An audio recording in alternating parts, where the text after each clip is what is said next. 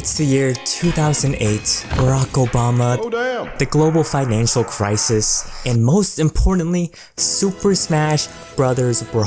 39 playable characters and 19 characters that uses weapons, and only 6 uses swords. You know what 3-year-old me picked 10 out of 10 times? The Legend of Link. 1, 2, 3, 4 weapons at his disposal. I know Toon Link is basically the same, but I don't give a fuck about Toon Link. As a 3-year-old, this collection of weapons was the coolest of the cools. And you know, I would know about a thing about what's cool. Now let's fast forward. And now like 25 to 30% of the cast uses a sword. We don't need 3 links, bro. Ain't nobody cares about Pyrrha and Mithra. Eventually, the cool, elegant, conventional appeal of the sword was lost due to how oversaturated it became. And the only way to bring my interest back to the art of weapons is to bring back a character with a unique way of fighting. Perhaps maybe a different kind of blade. Unconventional, perhaps. Let's go! The Keyblade is definitely the most definitive unconventional weapon in video games. Look, I even found it at my local Hot Topic. If you don't know what a Keyblade is, all you need to know is that it's kind of like the Sword of Excalibur, and whoever wields it is the chosen one, but there's like a million chosen ones. And also, you get to meet Winnie the Pooh. Pretty rare. The extensive lore and the significance of wielding the Keyblade makes you feel like the hottest shit whenever you would play it. You know how Sora got its Keyblade? From a mystical beam of light submerging from the storming sky, and then you fight this big ass shadow of the Colossus? You couldn't even defeat the small guy like 2 minutes ago. What happened? So many iconic moments from this game that place its legacy as one of gaming's most iconic weapons. And personally, what started my love for weird, unique, and unconventional weapons. So I want to talk about some of my favorite unconventional weapons in video games. And while the Keyblade is definitely the most iconic, we gotta pay respects to the grandfathers. Devil May Cry, Kingdom Hearts' older brother by like 1 year. Really? Okay. Known for having a crazy fun combat system, not about beating your opponent, but rather how you beat them. You can only do so much with a sword and gun. Boom! Naked guitar lady. Out of context, this just looks really bad. I learned that they've done motion capture for this game, so this must have been really awkward to record. Okay, so for quick context, Dante can beat demons, and if Dante beats them, they turn into a weapon. Hence why she turns into a guitar. A guitar that can spew out electrical bats, and as a bonus, can turn into a scythe. Out of all the weapons in the third game, this had a lasting impression on me. It was also a really annoying combo extender in Ultra Marvel vs. Capcom 3.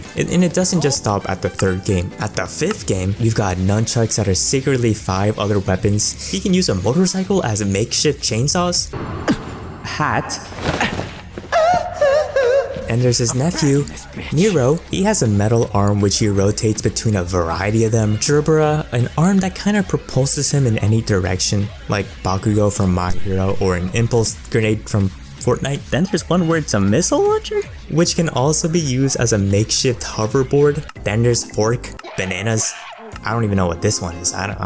Kyrie will love you. What do you mean by that? This is just the icing on the cake. I haven't even named all the weapons. Why does this one look so weird? Devil May Cry's spiritual successor, Bayonetta, the guns are attached at the bottom of her heels, and their clothes are made out of hair that can summon demons. You know, I only played one Bayonetta game, but in the third game she can turn into a train, and the train has chainsaws? Who comes up with these? And you know what all these hack and slashers have in common? They're all in Super Smash Bros. Sorta. Dante's a me costume, so he only half counts. But while these weapons are fun to use against a crowd of enemies, it can't beat the competitive energy against a real living opponent. In Smash 4, the strongest character was Bayonetta. Train lady over here, dominating the game for her entire debut because she cost $5.99 to play. You know, for $5.99 you can be like me. Back then, playing Bayonetta was a cardinal sin. People didn't even want to look at your general direction. Something tragic and dramatic could have happened to you and nobody would have cared because you played Bayonetta. Oh, I'm going off topic. That was not in the script. Smash isn't the most traditional fighter, so its gameplay styles allow for a lot of jank and uniqueness. Animal Crossing can chomp down trees, not even using the axe that he's holding. All of them are pigments from what I know are little plant creatures. Wario fart.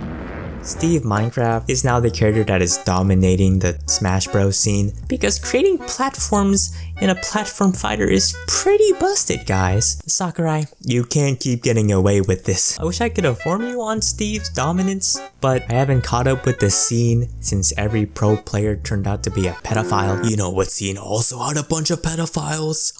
Minecraft. If you didn't know, Minecraft has somewhat a competitive PvP community. Before all the spear, mace, and nuclear fission, the determining factor on who the better player was who could click the fastest. In retrospect, that's kinda stupid. Even Technoblade said that. I think Minecraft PvP itself is kind of objectively awful. But many players noticed that knockback is really important in PvP. And there was really only one option because of the distance you can knock back someone. Boom!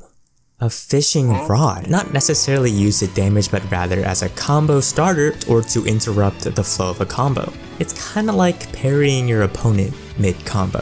But if you really think about it, a fishing rod would be a dope weapon. You can use it as like a whip or even like a grappling hook. All these fishing games and no one has even thought of using it as a weapon before. The only game I can think of that does this is Big Catch Tackle Box. I haven't played it yet, so Editor Ali, tell me your thoughts on the game when you're done playing. I'm gonna have to whisper really quietly. I'm freeballing this right now, so sorry. So I was right, a fishing rod is great as a grappling hook and as a whip. It can be used as like a makeshift staff or sword. And I kind of forgot that it's also good for fishing. But like, holy shit, I have never considered it as like to be used as a wrecking ball also. It's also a form of transportation. Oh my god, this is a versatile fucking weapon, bro. Oh my god. I wrote this in post, so it's gonna be a rough transition.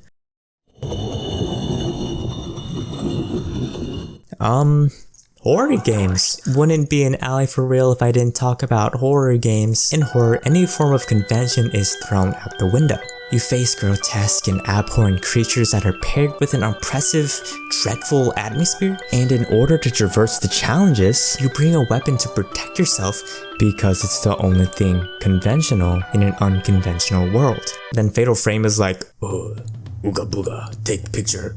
Ghost gone. A game with a rather unique combat system, utilizing the camera-based gameplay to fight off the supernatural. Which is a shame because the protagonists aren't even photographers, just a bunch of iron 3s in my lobbies. I really do think it's an interesting choice of combat, because instead of trying to distance yourself from enemies, you have to confront them head on in order to do the most damage possible, which can also create a sense of helplessness, but also a little bit of courage, which is much needed when you're facing monsters not of this existence. Also, I noticed a lot that whenever a horror game with a female lead, they have to fight in the most unconventional ass way possible. Haunting Ground, a niche PS2 horror game where you have to fight with alchemy and a dog that doesn't pay attention. Who the hell made Last Guardian into a horror game? Bye Sweet Carol, a Disney horror game where you can't even fight back? Only hide? Ellie from The Last of Us Part 1? You gotta fight cannibals?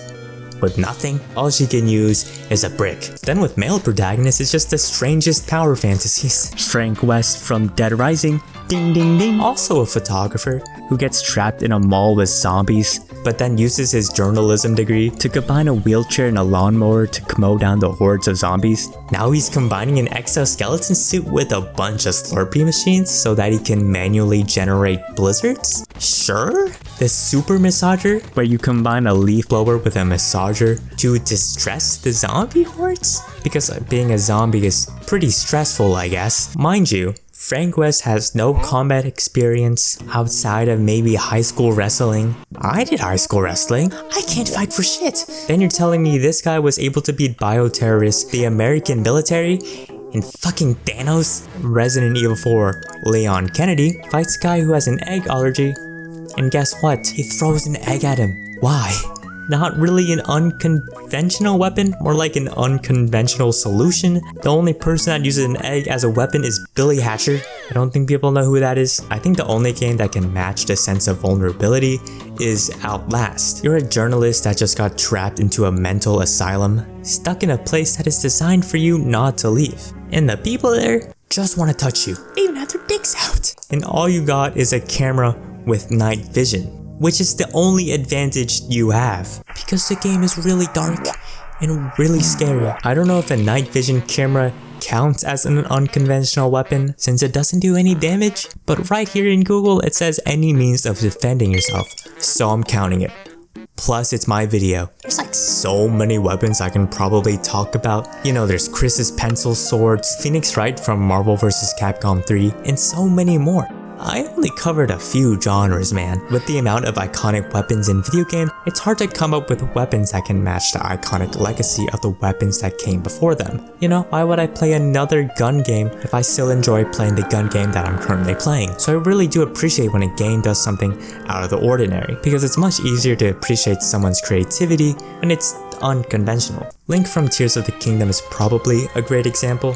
Sure, there's a sword and whatever, but the sandbox nature and the Ultra Hand allows you to experiment with the game's combat system and the weapons you're given. This guy literally made a penis rocket, someone used a wooden plank to push off a 5-headed dragon. Even The Legend of Zelda doesn't stagnate and is still willing to innovate and create on how to approach combat and weapons. And I would like to know if you guys have any favorite unconventional weapons. It's only fair you listen to me rant about my favorites, so here's my original unconventional weapon that I made. If any game dev want to hit me up so we can make $1 million, that would be much appreciated.